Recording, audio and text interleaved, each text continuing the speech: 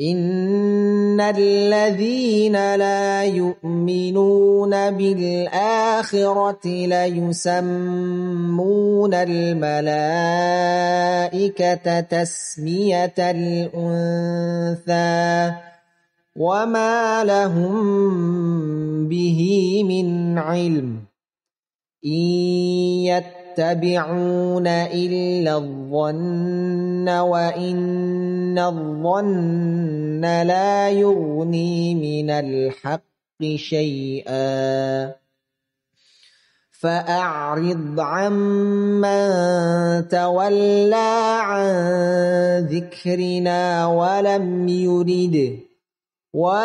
yurid illa al-hayatad dunya dzalika mablaghuhum minal ilm inna rabbaka huwa a'lamu biman dhalla 'an sabilihi wa huwa a'lamu biman ihtada walillahi ma fis samawati wa ma fil ardi liyajziyal ladzina asa'u bima 'amilu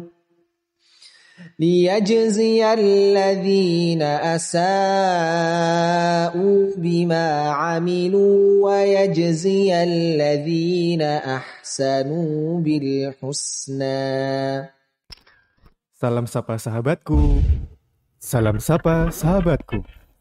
Yuk kirim salam sapa dan request murotal pilihan sobat muslim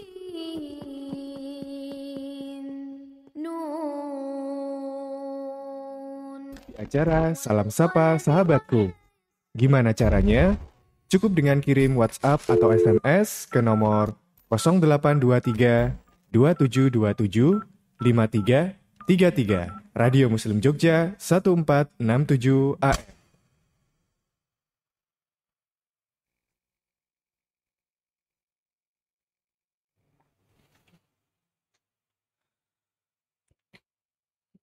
Assalamualaikum warahmatullahi wabarakatuh. Alhamdulillah, assalatu wassalamu ala nabiyina wa ala alihi wa ashabi ajmain amma ba'd.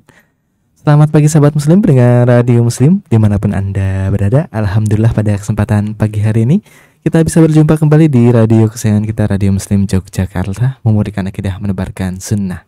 Seperti biasa setiap hari Rabu pagi di pukul 8.00 waktu Indonesia Barat akan kita simak bersama acara Ngopi Ngobrol Perkara Islam bersama beliau Al-Ustadz Amrullah Akadinta Hafidhullah Ta'ala, yang insya Allah pada kesempatan pagi hari ini kita akan membahas tentang penjelasan beberapa ayat-ayat dalam Al-Quran. Sahabat muslim pendengar Radio Muslim dimanapun Anda berada, pada kesempatan pagi hari ini juga kami persilakan ya bagi sahabat muslim, bagi yang ingin bertanya ataupun berkonsultasi seputar agama ataupun ingin mengirimkan salam sapa, silakan untuk mengirimkan pertanyaan dan salamnya ke nomor kami di nomor 0852 93348887 ya. Sahabat muslim jangan lupa ya untuk mengirimkan pertanyaan dan salamnya ke nomor tersebut ya via WhatsApp ke nomor 0852 93348887. Sahabat muslim pendengar Radio Muslim dimanapun Anda berada, alhamdulillah pada kesempatan pagi hari ini kita sudah dibersami oleh beliau Al-Ustadz Amrullah Akadinta Hafidhullah Ta'ala di studio Radio Muslim Yogyakarta. Sebelum kita mulai acara ngopi bersama Ustadz Amrullah Akadinta, kita sapa terlebih dahulu beliau. Assalamualaikum Ustadz. Waalaikumsalam warahmatullahi wabarakatuh. Bagaimana kabar antum pagi hari ini Ustadz? Alhamdulillah, kabar sehat-sehat, baik-baik semuanya. Semoga antum juga demikian dan kawan-kawan di para pendengar, para pemirsa Radio Muslim juga demikian, dalam keadaan sehat, dalam keadaan yang terbaik. Semoga Allah memberikan penjagaan dan keistiqomahan. Bagi yang diberikan ujian, semoga Allah Subhanahu wa taala memberikan kesabaran dan memberikan jalan keluar dan kemudahan dalam menghadapi ujian yang dihadapi. Dan ketahuilah bahwa ujian itu akan menjadi anugerah jika kita bersabar dan mendapatkan pahala kesabaran, dan kemudian jika kita kembali kepada Allah Subhanahu wa taala untuk terus meningkatkan ketaatan kita.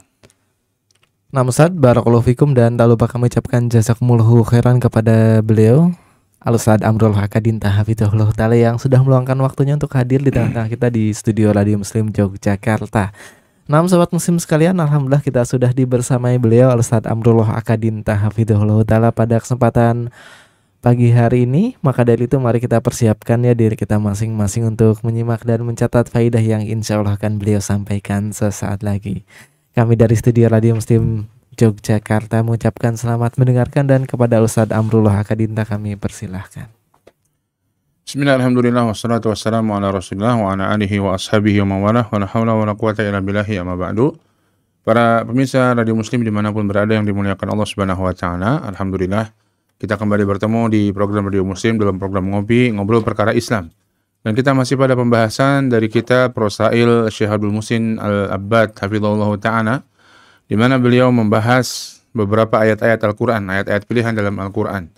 Di antaranya beliau membahas surat Al-Baqarah, awal surat Al-Baqarah.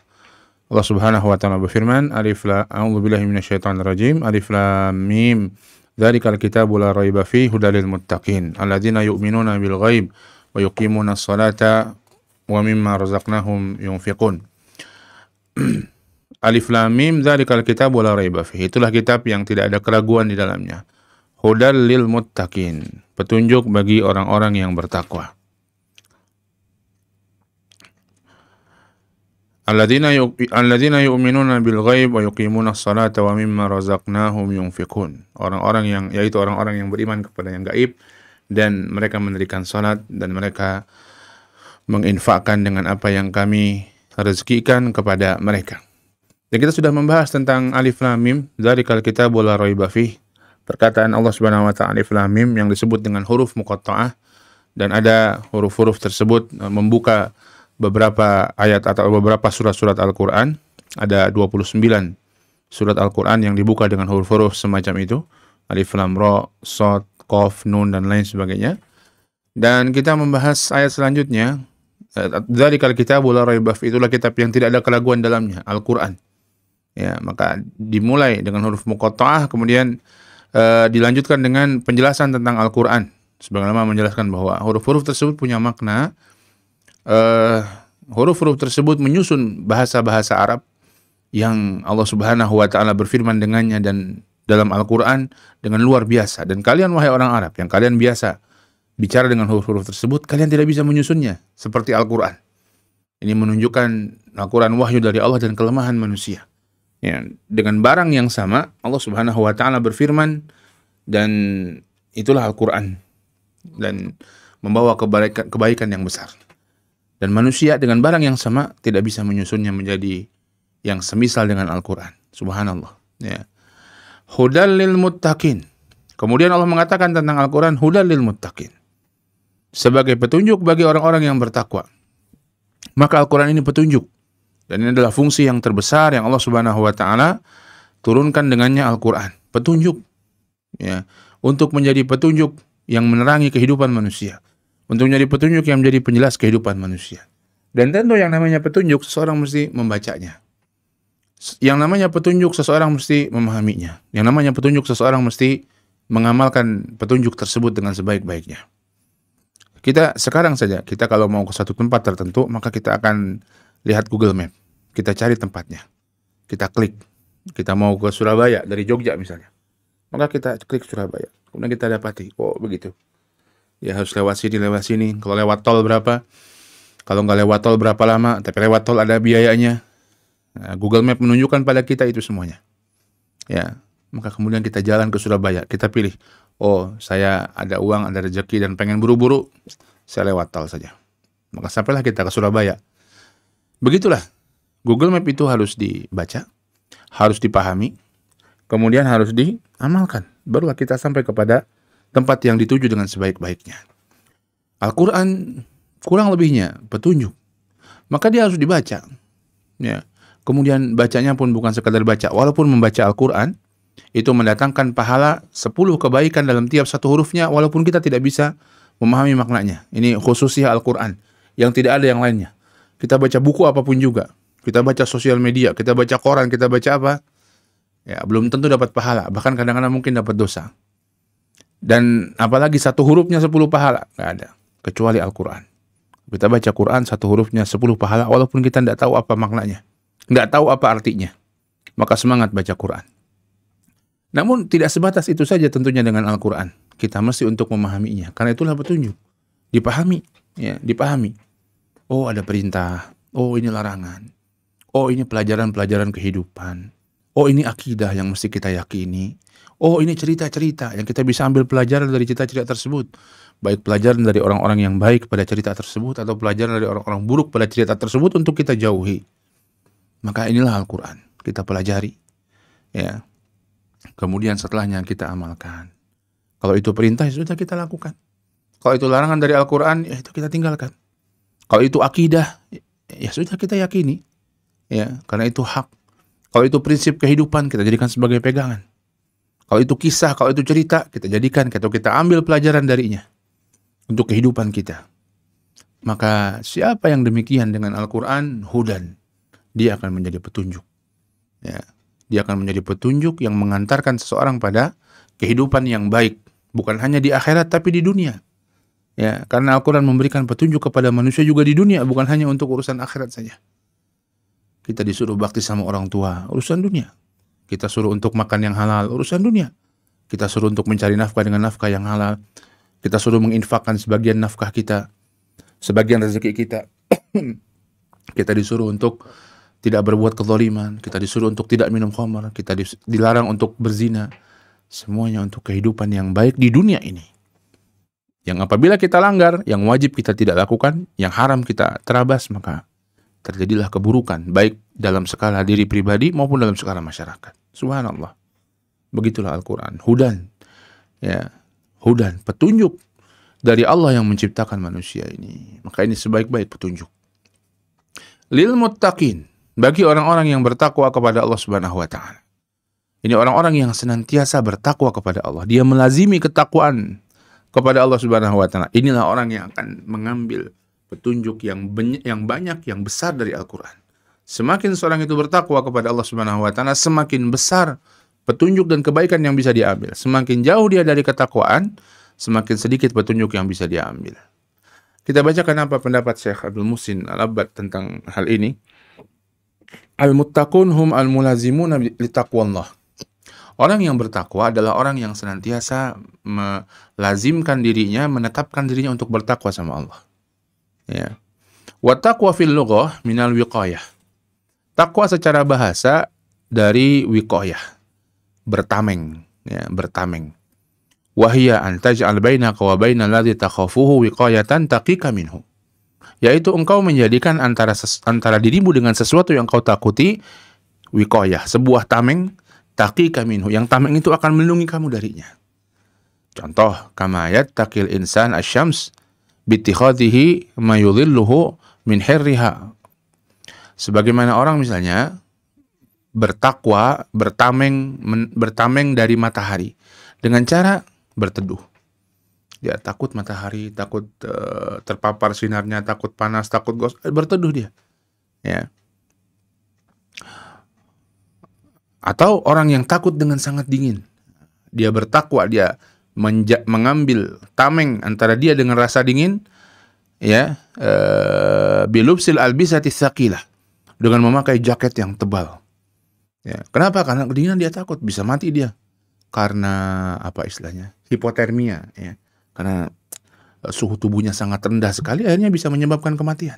Bisa mudarat bagi dia. Maka dia bertakwa. Wa syauqi wa ma yudhi fil ardi bittikhadil ahdiyati wa ghairi dhalik. Dan atau dia takut ada duri, ya, maka dia pakai alas kaki dan yang selainnya. Itu secara bahasa, ya, secara bahasa. Wa amma fi syar'i fataqwallahi ayaj'ala al-'abdu bainahu wa baina ghadabillahi wiqayatan taqihi minhu.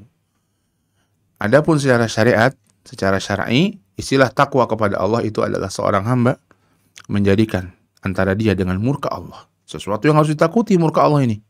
Ya, karena dia lebih buruk daripada sekedar matahari yang panas, lebih buruk daripada sekedar dinginnya salju, lebih buruk dari sekedar tertusuknya duri. Kalau Allah murka, jauh lebih dahsyat daripada itu. Ya. Dia menjadikan antara dia dan murka Allah penghalang, yang menghalangi dia dari murka Allah. Wa dzalika bimtitsalil ma'murat wa ijtinabil manhiyat. yaitu dengan cara mengerjakan perintah dan menjauhi larangan. Karena kalau sebaliknya orang meninggalkan perintah dan mengerjakan larangan, Allah akan murka dengan dia. Ya, sehingga dengan mengerjakan dengan mengerjakan perintah dan menjauhi larangan itu, dia menjadikan diri dia tameng, ya, dengan murka Allah Subhanahu wa taala. Dan begitulah kalau kita di sini beliau membahas kaitan antara makna satu istilah secara bahasa dan secara syar'i. Dalam agama kita, istilah-istilah syariat itu kan terambil dari bahasa Arab. Dan biasanya istilah-istilah tersebut punya makna secara bahasa. Contoh yang lain beliau misalkan di sini as-saum. Saum, puasa. Yang secara istilah artinya al-imsak, menahan diri. Tapi secara syariat ada sesuatu lebih khusus lagi, lebih sempit memang maknanya. Bukan sekedar nahan diri dari pembatal-pembatal puasa. Ada waktu tertentu dari mulai terbitnya fajar sampai tenggelamnya matahari. Ya. Contohnya lagi beliau memberikan contoh di sini al-hajj.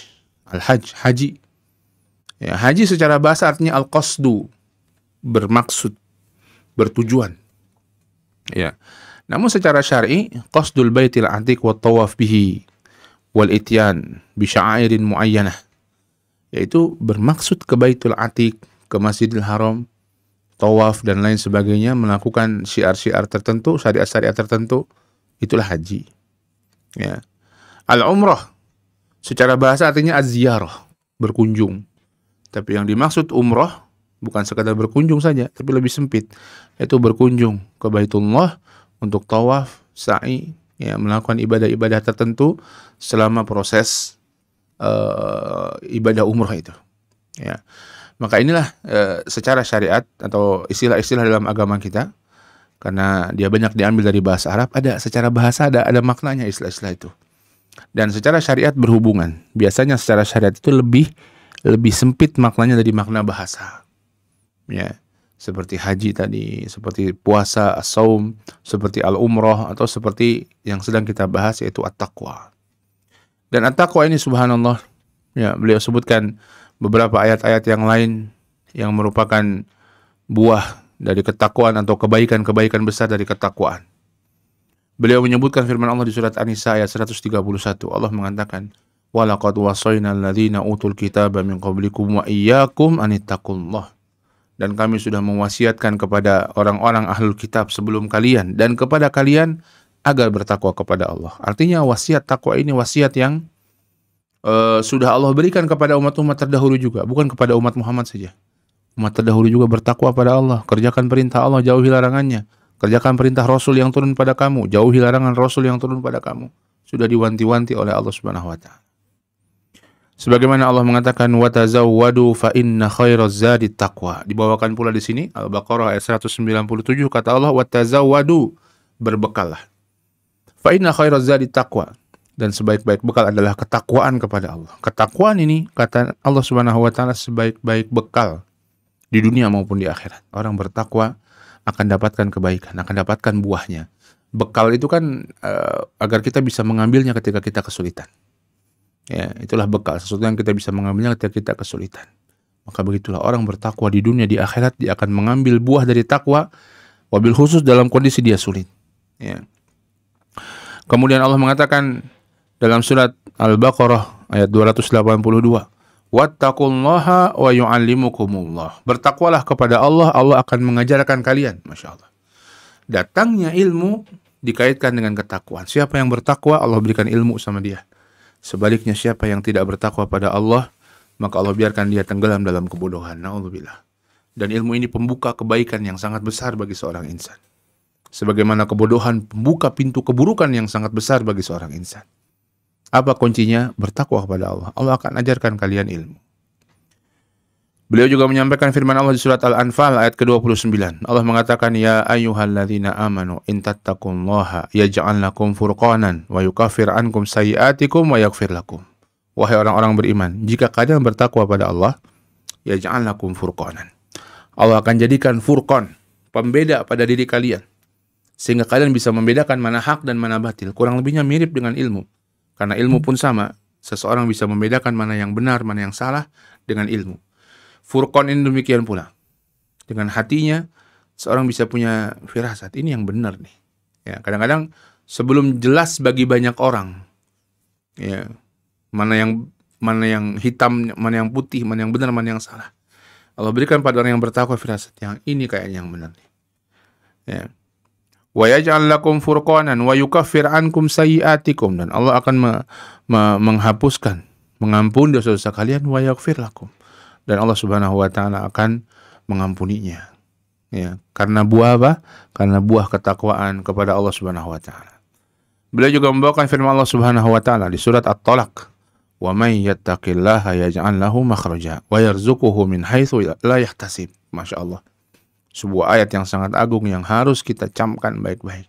Siapa yang bertakwa sama Allah, Allah akan memberikan jalan keluar sama dia. Siapa yang bertakwa sama Allah, Allah akan memberikan rezeki pada dia dari arah yang tidak disangka-sangka. Subhanallah. Takwa pada Allah kuncinya. Siapa di antara kita yang gak punya masalah? Semua punya masalah. Siapa di antara kita yang tidak ingin jalan keluar dari masalah? Semua pengen jalan keluar. Kuncinya apa? Ketakwaan kepada Allah Subhanahu wa taala. Kemudian Allah berfirman, beliau membawakan juga di surat At-Talaq ayat 4. Wa may yattaqillaha yaj'al lahu min amrihi yusra. Siapa bertakwa kepada Allah, Allah akan jadikan urusannya mudah. Ya Allah, urusan dimudahkan sama Allah. Walaupun manusia mempersulit, kalau Allah memudahkan, gak ada yang bisa mempersulit ya. Sebagaimana walaupun manusia memudahkan urusan, kalau Allah bikin sulit, wah, gak ada yang bisa memudahkan urusan dia. Subhanallah, begitulah. Siapa orang itu, orang bertakwa pada Allah, maka dia akan tenang. Dia akan tenang. Orang mau mempersulit dia, Allah mudahkan, lancar semua urusannya. Allah berfirman juga di surat At-Talaq ayat 5, "Wa may yattaqillaha yukaffir anhu sayyi'atihi wa yu'dhim lahu ajra." Siapa bertakwa kepada Allah, Allah Subhanahu wa taala akan mengampuni dosa-dosanya, mengampuni kesalahan-kesalahannya, sama seperti yang sudah kita sebutkan di ayat-ayat sebelumnya. Wa yu'dhim lahu ajra, Allah akan membesarkan pahalanya. Semakin besar ketakwaan, semakin besar pahala. Amalan yang sama dilakukan orang bertakwa dan tidak, maka boleh jadi beda di sisi Allah Subhanahu wa taala pahalanya. Sama-sama sholat 2 rakaat, sholat qobliyah subuh. Satunya bertakwa pada Allah, satunya kurang ketakwaannya. Maka bisa jadi akan menghasilkan pahala yang berbeda. Walaupun amalannya sama, dia kerjakan di waktu yang sama, dia kerjakan di masjid yang sama. Yu'dhim lahu ajra, Allah akan membesarkan pahala dari orang-orang yang bertakwa. Subhanallah. Dan satu lagi yang mungkin perlu kita pahami, bertakwa kepada Allah, para ulama menjelaskan ada beberapa hal yang harus diperhatikan. Yang pertama, keikhlasannya. Ikhlaslah dalam bertakwa pada Allah. Harapkan pahala dari Allah semata. Harapkan kebaikan dari Allah semata. Bukan mengharapkan dunia. Ketika kita meninggalkan larangan Allah dan mengerjakan perintahnya. Bukan mengharap dunia, bukan mengharap suara, bukan mengharap dukungan manusia, like dari orang dan lain sebagainya. Tapi karena Allah Subhanahu wa taala. Luruskan niat. Kemudian bertakwa yang kedua, istiqomah dalam ketakwaan. Dimanapun bertakwalah kepada Allah. Di masjid, di luar masjid, di bulan suci, di luar bulan suci, di tanah suci, di luar tanah suci, rame-rame sendirian, teruslah kita bertakwa pada Allah. Sebab Allah Subhanahu wa taala akan mengawasi dimanapun kita berada, sebagaimana Allah akan menghisap detik demi detik yang kita lalui. Kemudian yang ketiga, bertakwalah kepada Allah Subhanahu wa taala dengan ilmu, berdasarkan ilmu. Takwa itu tidak bisa dibangun tanpa ilmu. Takwa mengerjakan perintah, menjauhi larangan butuh ilmu. Ilmu tentang perintah, ilmu tentang larangan. Kita mau zakat butuh ilmu. Apa harta yang wajib dizakati? Berapa bagiannya? Kapan mengeluarkannya? Kepada siapa dikeluarkan? Butuh ilmu. Ya, maka bertakwa kepada Allah Subhanahu wa taala butuh ilmu. Larangan juga meninggalkan larangan begitu. Meninggalkan larangan khamr. Apa itu khamr? Jangan-jangan ada orang bilang susu khamr. Dia tinggalkan. Kita katakan ya enggak, susu silakan diminum. Itu bukan khamr. Oh, susu bisa bikin mabok. Oh, gimana bikin mabok? Kalau minumnya 1 drum. Ya, putih juga minum 1 drum bisa mabok. Ya. Cuman bukan seperti itu.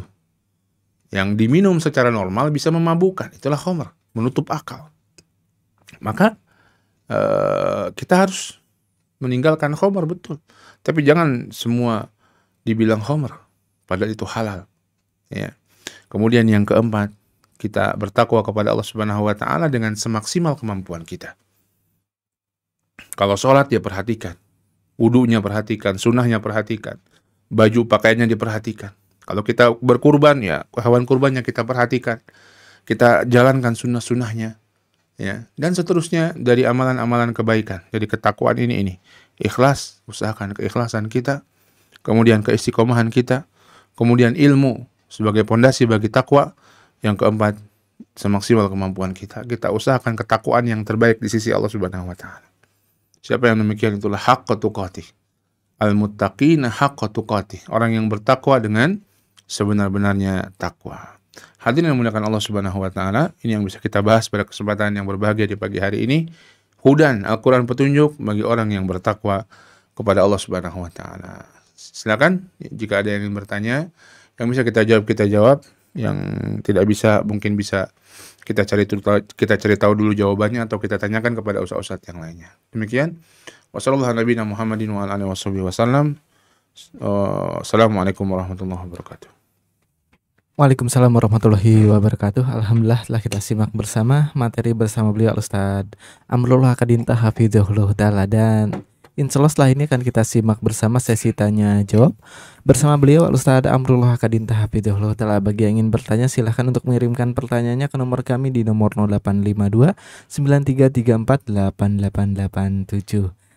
Nah, sambil menunggu pertanyaan yang akan masuk dari sahabat muslim sekalian, kami putarkan terlebih dahulu murotal Al-Quran kami dari studio Radio Muslim Yogyakarta, mengucapkan selamat mendengarkan.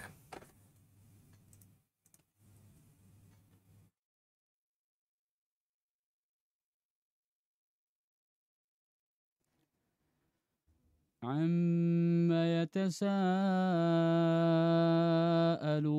يتساءلون عن النبأ العظيم الذي هم فيه مختلفون كلا سيعلمون ثم كلا سيعلمون ألم نجعل الأرض مهادا والجبال أوتادا وخلقناكم أزواجا وجعلنا نومكم سباتا وجعلنا الليل لباسا وجعلنا النهار معاشا وبنينا فوقكم سبعا شدادا وجعلنا سراجا وهاجا وأنزلنا من المعصرات ماء ثجاجا لنخرج به حبا ونباتا وجنات ألفافا إن يوم الفصل كان ميقاتا يوم ينفخ في الصور فتأتون أفواجا وفتحت السماء فكانت أبوابا وسيرت الجبال فكانت سرابا إن جهنم كانت مرصادا للطاغين مآبا لابثين فيها أحقابا لا يذوقون فيها بردا ولا شرابا إلا حميما وغساقا جزاء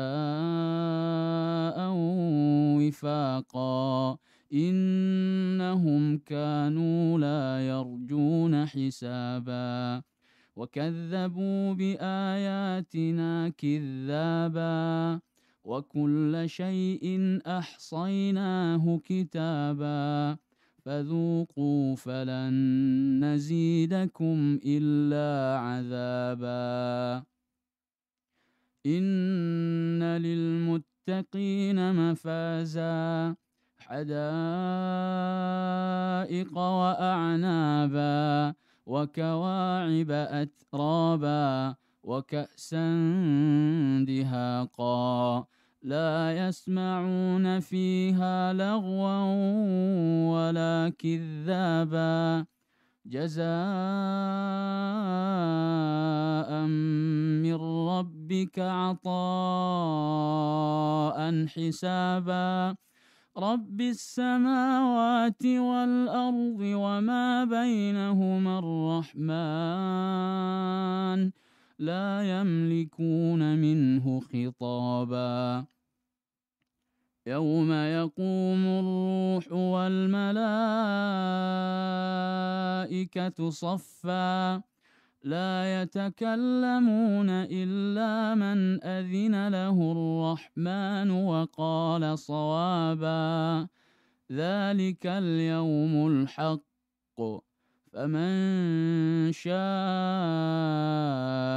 اتخذ إلى ربه مآبا إنا أنذرناكم عذابا قريبا يوم ينظر المرء ما قدمت يداه ويقول الكافر يا ليتني كنت ترابا. Salam sapa sahabatku. Salam sapa sahabatku. Yuk kirim salam sapa dan request murotal pilihan Sobat Muslim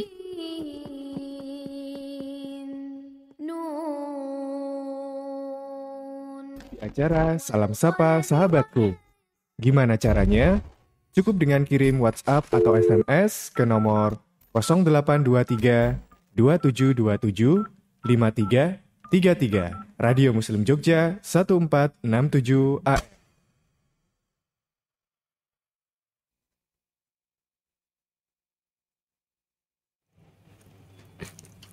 Assalamualaikum warahmatullahi wabarakatuh. Alhamdulillah, assalatu wassalamu ala nabiyina wa ala alihi wa ashabihi ajmain amma ba'd. Selamat pagi sahabat muslim pendengar Radio Muslim dimanapun Anda berada. Alhamdulillah pada kesempatan pagi hari ini kita akan lanjutkan acara kita di acara Ngopi Ngobrol Perkara Islam bersama beliau Ustaz Amrullah Kadinta Hafizahullah Ta'ala. Sahabat muslim sekalian, bagi yang ingin bertanya silahkan untuk mengirimkan pertanyaannya ke nomor kami di nomor 0852 9334 8887. Nah, dan alhamdulillah pada kesempatan pagi hari ini sudah ada beberapa pertanyaan yang masuk ke nomor kami, Ustaz. Ana bacakan, Ustaz. Untuk pertanyaan pertama, Ustaz. Assalamualaikum. Pada tahun 2023 kami melakukan transaksi jual beli rumah. Pada waktu transaksi disepakati pembayaran 50 juta cash dan 250 gram emas dicicil tanpa batas waktu pelunasan serta pajak penjualan ditanggung pihak penjual. Pada pertengahan 2024, cicilan emas sebanyak dilakukan, cicilan emas sudah sebanyak 27 gram. Seiring berjalannya waktu, pembeli merasa keberatan dengan naiknya harga emas dan meminta untuk mengubah pembayaran menjadi nominal rupiah. Pertanyaannya, bolehkah mengubah kesepakatan awal dari transaksi? Jika boleh berubah, bolehkah menambah kesepakatan dengan penambahan waktu pelunasan, Ustaz? Ya, berarti antum punya utang kan? Dulu transaksi 50 juta plus berapa tuh tadi? 250 gram emas. Itu utang antum sama dia. Sama si penjual. Belum dibayar tunai kan waktu itu. Misalnya baru dibayar 10 juta. Berarti utang antum 40 juta plus 250. Utang. Maka utang antum itu boleh nggak di restrukturisasi, wah kan bahasa kerennya gitu sekarang, di restrukturisasi, dinego lagi karena sekarang harga emas mungkin itu setahun lalu, 2 tahun lalu, 3 tahun lalu sekarang udah berkali-kali lipat. Boleh, tapi catatannya yang dihutangi harus ridho, ya, karena ini nanti jatuhnya adalah minta kemudahan, keringanan dari yang menghutangi, karena itu sudah akad, anu harus bayar gitu aslinya, dan itu hutang. Ya, jadi ibaratnya kita ngutang sama orang 100 juta, maaf saya nggak punya uang, atau apapun alasannya, maaf harga emas banyak, boleh nggak saya jadikan dalam uang saja? Boleh nggak restrukturisasi ini juga restrukturisasi waktunya? Boleh, dengan catatan si yang punya utang ridho, ya, si yang punya utang ridho. Jadi itu yang bisa dilakukan. Antum meminta keringanan dari yang berhak artinya. Jadi ini hutang piutang antara antum sekarang jadinya. Maka boleh dengan catatan orang itu. Tapi kalau orang itu nggak ridho bagaimana? Ya udah akadnya begitu dari awal. 250 gram emas plus 50 juta. 50 juta misalnya dibayar berarti 10 gram emas. Dulu mungkin harganya berapa? Misalnya harganya dulu 1 juta, 210 juta. Sekarang 3 juta misalnya. Atau 2,5 juta misalnya. Sehingga menjadi 625 juta. Ya salah sendiri dulu kenapa pakainya emas gitu. Ya, tapi dulu memang mungkin pengen biar harganya lebih ini karena tanah pun naik dan ya intinya itu jadi utang antum. Kalau orang itu ridho untuk dikurangi, untuk diganti dengan senilai tertentu maka boleh-boleh saja. Tapi kalau nggak ridho ya tetap jadi utang antum. Allahu a'lam. Nah, Ustaz, jazakumullahu khairan atas jawabannya, Ustaz. Lalu pertanyaan selanjutnya, Ustaz. Assalamualaikum warahmatullahi wabarakatuh. Waalaikumsalam warahmatullahi wabarakatuh. Semoga Allah selalu melimpahkan rahmat, petunjuk, hidayah, ilmu, taufik, dan amal keselamatan, perlindungan, kesehatan, dan ampunannya kepada Ustadz, Amin. keluarga, dan seluruh kaum muslimin. Amin. Pertanyaannya, Ustadz, apakah diperbolehkan menyematkan alaihi salam, gelar atau doa atas Nabi sebelum Rasulullah Muhammad Sallallahu Alaihi Wasallam kepada selain mereka para Nabi, Ustadz? Karena sempat saya dapati ada pada Maryam dan Hawa disematkan alaihi salam. Ya, boleh, boleh, tapi tidak mengkhususkan dan tidak merutinkan bagi orang biasa ya. Karena kita pun mengucapkan salam, assalamualaikum. Ya, kurang lebihnya sama dengan alaihi salam. Ya, assalamualaikum sama orang gitu. Assalamualaikum itu doa. Alaihi salam, alaihas salam itu adalah doa. Ya. Nah, maka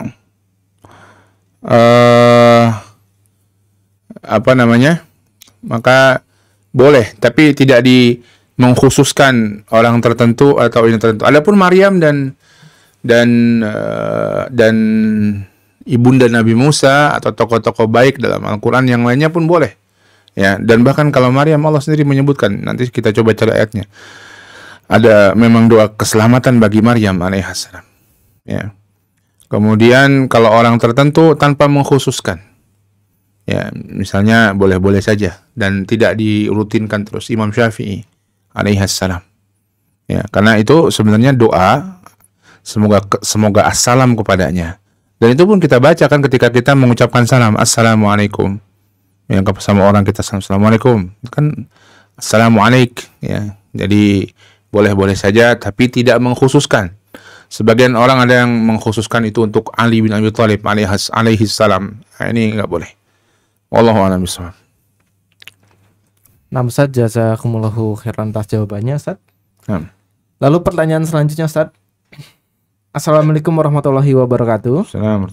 Semoga Allah selalu melimpahkan rahmat, petunjuk, hidayah, ilmu, taufik, dan amal, keselamatan, perlindungan, kesehatan, dan ampunannya kepada Ustadz, tim Radio Muslim, segenap keluarga, dan seluruh kaum muslimin. Amin, amin. Pertanyaannya, Ustadz, apabila seseorang pernah melakukan kecurangan dalam pembuatan skripsi, misalnya manipulasi pengisian kuesioner, bagaimana cara bertaubatnya, Ustadz? Alhamdulillah orang tersebut bertekad untuk tidak bekerja dengan ijazahnya, namun kekhawatiran muncul karena skripsinya dijadikan bahan pustaka untuk penelitian yang lain. Bagaimana cara orang tersebut bertaubat, Ustaz? Jazakumullahu khairan. Ya, dia dosa waktu itu ngerjain skripsi dengan manipulasi data, dia dosa. Sebenarnya boleh-boleh aja sih dia pakai jasa dia untuk kerja ya. Nggak terlarang asalkan dia berkompeten dalam bidang pekerjaan tersebut. Nah memang jadi bahan ininya kalau skripsi dia dijadikan selanjutnya tuh ya, kalau antum bisa usahakan agar skripsi antum dicabut dari perpustakaan, tolong skripsinya jangan ditaruh lagi di perpustakaan. Kenapa? Ada yang salah kelihatannya di situ antum, atau kalau setiap yang ada ini tolong laporkan ke saya sama ibu perpustakaannya atau yang jaga perpustakaan, tolong laporkan ke saya kalau setiap ada yang ngambil data dari skripsi saya mau ngasih tahu kesalahannya di mana ya. Nah, bisa, tapi kalau nggak bisa gitu ya udahlah, banyak-banyak istighfar antum ya, banyak-banyak istighfar kepada Allah Subhanahu wa taala, dan antum ajarkan kepada orang ilmu yang bermanfaat. Mudah-mudahan ini jadi penutup ya kesalahan-kesalahan antum dari bab itu. Wallahu a'lam bishawab. Nah, Ustaz, jazakumullahu khairan atas jawabannya, Ustaz. Lalu pertanyaan selanjutnya, Ustaz. Dan mungkin bagi sahabat muslim, bagi yang ingin bertanya, silahkan ya untuk mengirimkan pertanyaannya ke nomor kami di nomor 0852 9334 8887. Pertanyaan selanjutnya, Ustaz. Ustadz, kapankah musik atau alat-alat musik menjadi halal? Dan apakah bisa semua alat musik halal di waktu halal tersebut, Ustadz? Ataukah hanya boleh duf atau rebana saja, Ustadz? Secara umum Nabi mengatakan akan ada dari umatku yang menghalalkan zina, sutra, dan alat musik. Maka banyak ulama menjelaskan bahwa hukumnya haram. Alat musik ini hukumnya haram. Dan ada hadis-hadis yang menunjukkan bahwa ada dipukulnya duf atau rebana pada momen-momen tertentu. Dan para ulama banyak menjelaskan bahwa itu pengkhususan pada momen itu dan momen bahagia seperti walimah atau Aid. Dan itu dipukul oleh wanita-wanita, bukan laki-laki. Nanti kalau laki-laki jatuhnya nanti laki-laki yang tasyabuh jadi tasyabuh dengan wanita. Jadi haram bagi laki-laki itu untuk memainkan alat musik itu. Jadi begitu, dan itu tidak untuk semuanya, hanya duf saja, yaitu rebana, ya, yang didong-dong-dong gitu ya, dengan berbagai macam modelnya mungkin. Wallahu a'lam bishawab. Nah, Ustadz, jazakumullahu khairan atas jawabannya, Ustadz. Lalu pertanyaan selanjutnya, Ustadz. Ustadz, apakah bila gaji kita sudah mencapai 8 juta per bulan, apakah kita sudah terkena zakat untuk zakat profesi, Ustadz? Enggak, 8 juta per bulan dikali 12. Berarti berapa tuh? 96 juta. Ya. Nisab harta zakat nisab harta 85 gram. Segramnya sekarang berapa? 2,5 juta katakanlah. 2 juta katakanlah. Itu aja udah nggak nyampe. Ya, 170 juta. Kalau 2 juta kan 170 juta. Sedangkan tadi antum 8 juta kali 12 sama dengan 96 juta. Udah nggak usah, ya bukan nggak usah bayar zakat ya. Nggak wajib antum zakat mal. Zakat profesi ini banyak dikritik oleh banyak orang. Nggak, di zaman Nabi ada profesi, ada yang digaji, tapi bukan dengan itu kewajiban zakatnya. Tetap dengan harta yang dia simpan nantinya. Ya, harta yang dia simpan nantinya. Sehingga kalau dia punya gaji disimpan sampai baru itu yang diharta, tapi gajinya enggak dizakatkan. Ya, dan memang tidak ada dasar hukum yang kuat untuk zakat profesi ini. Banyak ulama mengkritik demikian, ya. Dia mengatakan setiap bulan mengkiaskan dengan panen, dengan zakat tumbuhan setiap panen. Namun tidak seperti zakat tumbuhan yang 5% kalau dari irigasi, 10% kalau dari tada hujan, ya. Ini ikutnya nisabnya ikut ke zakat mal nih. Karena memang tidak kuat dasarnya. Jadi dia kiaskan ke sini, kiaskan ke situ. Kecuali kalau gaji antum sangat banyak sekali. Ya. Misalnya tadi nisab setahunnya 85 gram kali 2 juta katakanlah. Berarti 170 juta. Gaji antum sebulan 200 juta. Nah, ini mungkin tuh. Ya. Walaupun nanti dilihat lagi ternyata misalnya 200 juta, gaji 200 juta, pengeluaran tapi 100 juta sebulan. Tinggal 100 juta. Ya, kalau mau nanti antum, ya kalau ada tabungan 100 juta berarti kan 1 tahun 1,2 M. Berarti sudah masuk sih gitu. Saya mau bayarnya nyicil lah setiap bulan. Boleh-boleh aja. Tapi itu mungkin bisa ya. Tapi kalau gaji 1 tahun masih di bawah nisab, ya, maka ini alamat bahwa tidak ada zakat, tidak wajib zakat mal antum. Karena itu baru gaji. Gaji 8 juta kan, katakanlah kebutuhan berapa? 5 juta sebulan. Yang tersimpan cuma 3 juta. Ya. 3 juta antum simpan setahun kali 12 ya 36 juta tabungan antum setahun. Itu masih jauh dari nisab. Belum kalau emasnya naik nanti di akhir tahun naik lagi nanti 2,5 juta misalnya. Lebih jauh lagi dari nisab. Jadi kalau gaji antum 8 juta ya belum wajib zakat mal. Tapi kalau antum mau sedekah, boleh-boleh saja. Tapi jangan katakan zakat. Boleh juga antum mau sedekahnya 2,5% lah. Atau berapapun karena bebas, ya. Mau menerapkan tarif apa? Tarif sedekahnya 10% pokoknya. Atau 2,5% atau 5% atau 1% atau 2% minimal. Minimal saya sedekah 2,5%. Artinya saya sedekah minimal 200.000 berarti kan. Ya. Setiap bulan boleh. Lebih dari itu boleh. Atau nanti ada komitmen segitu, ada kebutuhan banyak jadi kurang, ya nggak masalah juga, namanya sedekah. Ya, Allahu a'lam bishawab. Nah, saja jazakumullahu khairan atas jawabannya Ustaz. Dan lalu pertanyaan selanjutnya Ustaz. Ustaz, adakah doa ketika mendengar guntur atau petir Ustaz? Ya, di antaranya subhanallah yusabbihu ra'du bihamdihi wal malaikatu min khifatihi. Maha suci Allah Subhanahu wa taala, yusabbihu ra'du bihamdihi, yang guntur dan petir bertasbih memuji Allah, wal malaikatu min khifatihi, dan malaikat juga bertasbih karena takut kepada Allah Subhanahu wa taala. Di antara yang disebutkan tentang doa ketika terdengar gemuruh, ya, guntur, geledek, petir. Subhanalladzi yusabbihu bihamdihi wal malaikatu min khifatihi. Wallahu a'lam bishawab. Nah, Ustaz, jazakumullahu khairan atas jawabannya Ustaz. Dan mungkin demikian Ustaz untuk sesi tanya jawab kita pada kesempatan pagi hari ini. Sebelum kita akhiri, mungkin ada penutup yang bisa disampaikan Ustaz. Ya, alhamdulillah.